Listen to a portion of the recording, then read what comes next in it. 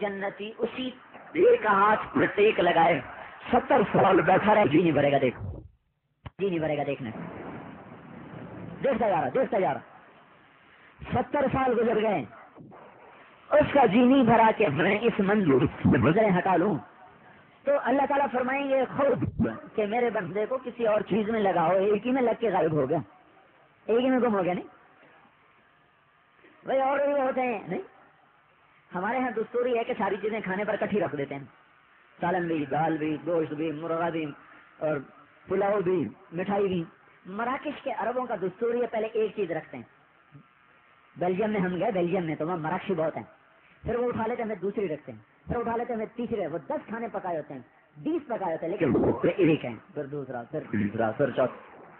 تو پھر جب ہم 10 کھانے پر بیٹھے تو بڑا مزدار کو کھانا آیا کہ وہ ہم اپنے اطمینان سے کھانے لگے تو ایک عرب نے کہا ولدینا. مزدار کو کھانا آیا تو ہم اپنے اطمینان سے کھانے لگے تو ایک عرب نے کہا ولدینا مزید. یہ نہ سمجھنا کہ یہ پیچھے اور بھی آ رہا ہے، لہٰذا احتیاط سے اسی ایک پر نہ پیٹ بھر لینا، پیچھے اور بھی آ رہا ہے. تو پھر واقعی ہر آنے والا پہلے سے زیادہ مزیدار، پہلے سے زیادہ مزیدار. تو اللہ تعالیٰ کیوں کہے گا ایک ہی میں گم ہو گیا، ہمارے پاس تو اور بھی بہت کچھ ہے، تو اس کو اور کچھ دکھاؤ. ایک دم ایک لڑکی اس کے کندھے پر ہاتھ ہوتا ہے بیٹھا ہوگا تو اس کے کندھے پہ ایسے ہاتھ مارے تو یوں مڑ کے دیکھے گا تو اس کا حسن ایسا ہوگا کہ اسے اس کی گالوں میں اپنا چہرہ نظر آئے گا، اس کی گالوں میں اپنا چہرہ نظر آئے گا تو وہ پورا یوں ٹرنے لے گا، ایک دم یوں دیکھے گا. وہ کہے گی امالا کا فینا من رغبت، آپ کو میری خواہش کوئی نہیں، آپ کو میرا شوق کوئی نہیں. وہ کہے گا کیوں نہیں، پر تو ہے کون، ہے کون، چونکہ پہلی تو بیویوں میں سے ہے نہیں، یہ کہاں سے آ گئی. وہ کہے گی اللہ تعالیٰ کا ارشاد ہے ولدینا مزید، ولدینا مزید، ہمارے پاس آ جاؤ، ہم تمہیں دیتے ہی جائیں گے، دیتے ہی جائیں گے. میں ان میں سے ہوں جو اللہ نے کہا اور بھی دوں گا، اور بھی دوں گا، اور بھی دوں گا. جنت والوں کے لیے سب سے مزیدار آیت ہے قرآن کی ولدینا مزید. میرے بندے تو ایک دفعہ جنت میں آ جا صحیح، پھر دیکھ میں کیسے تیرے ساتھ کرتا ہوں، دیتا ہی جاؤں گا، دیتا ہی جاؤں گا، دیتا ہی جاؤں گا. دوزخ والوں کے لیے قرآن کی سب سے خوفناک آیت ہے فذوقوا فلن نزیدکم الا عذابا، چکھو ہمارے عذاب کو، یہ بڑھتا ہی جائے گا، بڑھتا ہی جائے گا، بڑھتا ہی جائے گا. میرے بھائیو 1,24,000 نبی آئے صرف اس ایک نقطے پر جان کھپانے کے، لوگوں جنت والے بنو، جہنم سے بچو. یہ ایسا بڑا مسئلہ ہے کہ 1.25 نبیوں نے صرف اس کو مسئلہ بنایا، حکومت کو مسئلہ نہیں بنایا، روٹی کپڑے مکان کو مسئلہ نہیں بنایا. 1.25 نبیوں نے جنت اور دوزخ کو مسئلہ بنایا کہ لوگوں جہنم سے بچو، جنت کی طرف دوڑو. خود ہمارے نبی کا ارشاد، خود ہمارے نبی کا ارشاد. ایک اور حدیث، آج کی مشقت، آپ کی مشقت میں تو آرام سے بیٹھا ہوں، بڑے عرصے کے بعد یاد آئی. آپ نے فرمایا اطلبوا الجنت جہدکم، جتنا زور لگا سکتے ہو جنت کے حاصل کرنے کا وہ سارا لگا دو.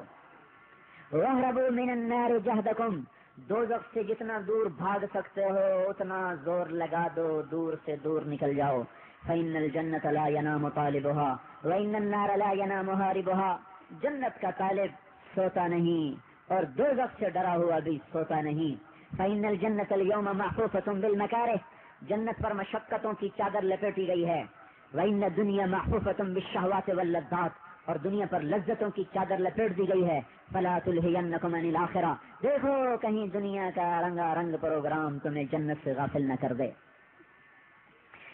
بھائیو ہمارا مسئلہ بھی یہی ہے، تبلیغ کا مسئلہ بھی یہی ہے کہ ہم خود اپنی ذات سے اس دردناک عذاب سے بچیں جس سے ہر نبی ڈراتا گیا، اور اس اللہ کی رحمت کے سائے میں آئیں اور جنت میں پہنچیں جس کی ہر نبی ترغیب دیتا گیا. ہر نبی نے اسی بات پر اپنی طاقت کو کھپایا اور لگایا. آخر میں اللہ نے ہمارے نبی پاک صلی اللہ تعالی علیہ وسلم کو بھیجا، سارے عالم، سارے زمانے، سارے انسان، سارے جنات کا نبی بنایا، سب سے نرالا، سب سے انوکھا بنایا.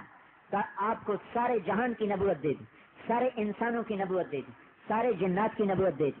اور تبلیغ کا وقت عمر تھوڑی 63 سال، اور نبوت کا زمانہ اور بھی تھوڑا 23 سال. آپ کی ٹوٹل زندگی کے ایام 22,333 دن اور 6 گھنٹے. آپ کی زندگی کے ٹوٹل اوقات جو گنے گئے قمری لحاظ سے آپ کی عمر بنتی ہے 63 سال اور 4 دن. 63 سال اور 4 دن. اس میں جو نبوت کا زمانہ ہے وہ 8,156 دن ہے. 8,156 دن 23 سال. ساری دنیا میں انقلاب لانا ہے، ساری دنیا میں اسلام پہنچانا ہے، ساری دنیا کو جنت کی راہوں پہ ڈالنا ہے، جہنم سے بچانا ہے. اتنا بڑا پروگرام دے کر ہمارے نبی کو بھیجا اللہ تعالیٰ نے، اور نہ پیسہ دیا، نہ حکومت دی، نہ دولت دی، سب کچھ دشمن کو دے دیا. آپ کو یتیم کے گھر میں پیدا کیا. چلو یتیم ہوتے ساتھ ہم غنی ہوتے، باپ بڑی دولت چھوڑ کے دنیا سے جاتا، وہ بھی نہیں. فقر بھی تھا، یتیمی بھی تھی، فقر بھی، یتیمی بھی. سارا عالم تاریکی میں ہے، اور صبح صادق جیسے طلوع ہو کر دنیا کو روشن کرتی ہے، ایسے ہی 4:45 پر آفتاب نبوت طلوع ہوا، ساری دنیا کے کفر کے اندھیروں کو روشنی میں بدلنے کے لیے.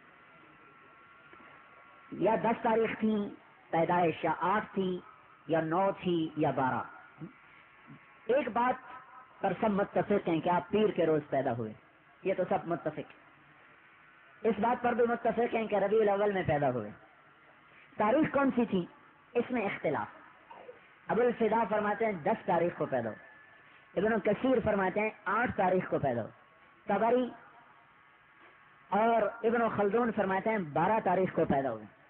باقی سارے مورخین محدثین فرماتے ہیں 9 تاریخ کو پیدا ہوئے. آج کے لحاظ سے چونکہ پیر کا دن متفق قلم، پیر کو دن ربیع الاول کا مہینہ تھا، دن پیر کا تھا.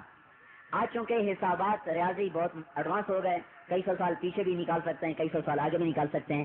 آج جب علم فلکیات کے لحاظ سے جب اس کو دیکھا گیا تو پیر کا دن 9 تاریخ سے میل کھاتا ہے، نہ 12 سے میل کھاتا ہے، نہ 10 سے، نہ 8 سے.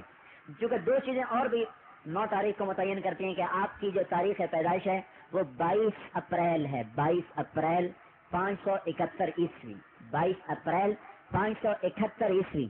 یکم جیٹھ جو ہمارے مہینے نا، جیٹھ ہار ساون بھادو، تو یکم جیٹھ 628 بکرمی جو ہمارے بکرمی سال مہاراجا بکرم نے جو ہمارا بنایا تھا، اس کے لحاظ سے 628 بکرمی یکم جیٹھ 22 اپریل 571 عیسوی.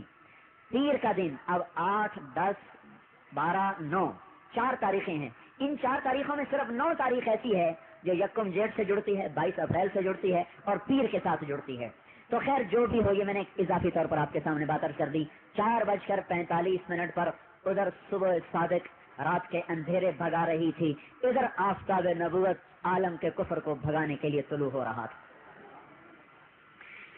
میں آپ کو کسی بادشاہ کے گھر میں اللہ پیدا کرتا تاکہ طاقت چاہیے، حکومت چاہیے، دولت چاہیے، دنیا میں اسلام پھیلانا ہے. ایسے یتیم کے گھر میں باپ پہلے ہی اٹھ چکے. لیکن عالم میں جو تبدیلیاں آئیں وہ بڑی عجیب و غریب. ایک یہودی تجارت کے لیے آیا ہوا تھا مدینے میں، مکے میں. اس صبح اس دن کہنے لگا آج کوئی قریشی کا بیٹا پیدا ہوا ہے؟ تو انہوں نے کہا ہاں فلاں کا بیٹا پیدا ہوا ہے. وہ کہنے لگا اس کا باپ زندہ ہے؟ کہنے لگا ہاں. کہا نہیں، کوئی ایسا بتاؤ، کوئی ایسا بچہ آج پیدا ہو جس کا باپ مرا ہوا ہو. تو انہوں نے کہا عبد المطلب کا پوتا پیدا ہوا ہے، اس کے والد فوت ہو چکے ہیں. کہ مجھے دکھاؤ. تو اب حجون کی طرف آپ کا گھر تھا، وہ آ گیا، آپ کو باہر لائے. اس نے چہرے کو دیکھا، پھر اس نے پشت سے کپڑا ہٹایا تو مہر نبوت دیکھی کندھے کے ساتھ. تو اس کی چیخ نکلی اور قبائل بنی اسرائیل، ہائے مر گئے بنی اسرائیل، آج نبوت نکل گئی ان کے ہاتھوں اور قریش لے گئے. کہنے لگا اے قریش، ایک دن آئے گا اس بچے کا نام گونجے گا مشرق اور مغرب. یوں پیدا ہو رہا ہے. اور عالم میں تبدیلی یوں آ رہی کہ ایک سمندر کی مچھلیاں دوسرے سمندر کی مچھلیوں کو مبارک دینے جا رہی کہ تو جہان کے سردار آ گئے، دنیا کے بادشاہوں کے تخت الٹے ہو گئے، تاج زمین سر سے زمین پر گر پڑے. 1000 سال سے ایران کے محل میں آگ جل رہی تھی، بجھ کے راکھ ہو گئی. اور جب آپ پیدا ہوئے تو پیدا ہونے کا انداز بھی سب سے نیا. ایک تو آپ نے حضور کی طفیل ربیع الاول سے اگلے ربیع الاول تک پوری دھرتی میں کسی عورت کو بیٹی نہیں دی، سب کو بیٹے دیے. آپ کے اعزاز میں ساری دنیا میں ماؤں نے بیٹے جنے، بیٹی کو نہیں پیدا. اور آپ پیدا ہوئے تو بچہ جب پیدا ہوتا ہے تو اس کی ناف ماں کی آنکھ سے جڑی ہوتی ہے، جس کو باہر آ کر کاٹا جاتا ہے. ہمارے نبی جب پیدا ہوئے تو ان کی ناف ماں کی آنکھ سے کٹ کے جدا ہو چکی تھی، آپ کٹے ہوئے باہر آئے. ناف کٹی ہوئی آپ باہر آئے، ساتھ جڑی ہوئی نہیں تھی. بچے کا ختنہ باہر کیا جاتا ہے. ہمارے نبی ماں کے پیٹ سے ختنے سمیت تشریف لائے. جب بچہ پیدا ہوتا ہے تو اس پر بڑی غلاظت ہوتی ہے، اسے اٹھایا جاتا ہے، دھویا جاتا ہے. ہمارے نبی ایسے باہر آئے جیسے کسی نے اندر سے دھو کے باہر بھیج دیا ہو. پھر جب بچہ گرتا اسے پتہ نہیں ہوتا میں کہاں ہوں، کون ہوں، کیا ہوں. ہمارے نبی نے پیدا ہوتے ہی الٹے ہاتھ پر ٹیک لگائی اور اپنی چھاتی کو اٹھایا اور سیدھے ہاتھ کی انگلی کو آسمان کی طرف یوں کر دیا. ابھی چند منٹ کا بچہ، چند منٹ کا بچہ، یوں کیا آپ نے، اور جو ہی ہمارے نبی نے انگلی کو یوں کیا تو حضرت آمنہ پر سارا عالم روشن ہو گیا، ساری دنیا نظر آنے لگی، ایران کے محل، یمن کے محل، عراق کے محل، شام کے محل نظر آنے لگے، ایک نور چھا گیا، بھر گیا سارے کمرے کے اندر۔ یہ کیا ہو رہا ہے؟ دو جہان کا سردار آ رہا ہے۔ جیسے پیدائش نرالی، زندگی نرالی، نبوت، کسی نبی کا سینہ چاک نہیں کیا گیا، ہمارے نبی کا 3 دفعہ سینہ چاک کیا گیا، دل کو نکالا۔ یہ عجیب آپریشن ہے، بڑا مشکل آپریشن ہے۔ میرا چھوٹا بھائی دل کا ڈاکٹر ہے، تو ہمارے چچا کا آپریشن ہو تو مجھے اندر لے گیا۔ آپریشن کے بعد جب لے آئے تو وہ ایسی حالت تھی کہ مجھے تو کھڑا نہیں ہوا گیا۔ 2 منٹ کے بعد میں نے تو بھاگنے میں عافیت سمجھی، وہ ایسا خوفناک منظر تھا، کیا کا منہ پہ لگا ہوا، سینے میں کیا کا چڑھا ہوا۔ اگر میرے پاس کا نہیں، مجھے باہر نکالو۔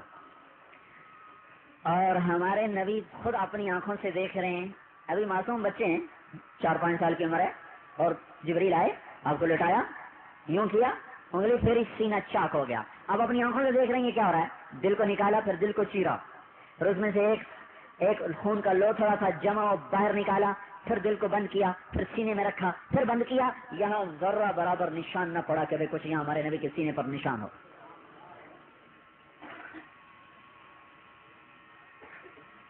بچپن سے ہی حضرت عباس فرماتے ہیں، یا رسول اللہ، مجھے تو بچپن میں پتا چل گیا تھا کہ آپ کی کوئی بڑی شان ہوگی آگے چل۔ آپ نے کہا وہ کیسے؟ کہا ایک دفعہ آپ چارپائی پہ لیٹے ہوئے تھے اور بچے جیسے پاؤں مارتے ہیں، ہاتھ مارتے ہیں، یوں کرتے ہیں، یوں کرتے ہیں، کہ میں آپ کو دیکھ رہا تھا تو میری اچانک نظر اوپر پڑ گئی، چاند پر، 14ویں کا چاند چمک رہا تھا، تو آپ کے ہاتھ کی حرکت کے ساتھ ساتھ چاند بھی حرکت کر رہا تھا، یوں ہو رہا۔ تو آپ نے کہا وہ چاند مجھ سے کھیلتا تھا، مجھ سے باتیں کرتا تھا، میرا دل لگاتا تھا، مجھے رونے سے روکے رکھتا تھا۔ كان القمر يناغيني ويحاكيني ويمنعني من البكاء، وہ چاند مجھ سے باتیں کرتا تھا، مجھ سے کھیلتا تھا، مجھے کہانیاں سناتا تھا، یحاکینی،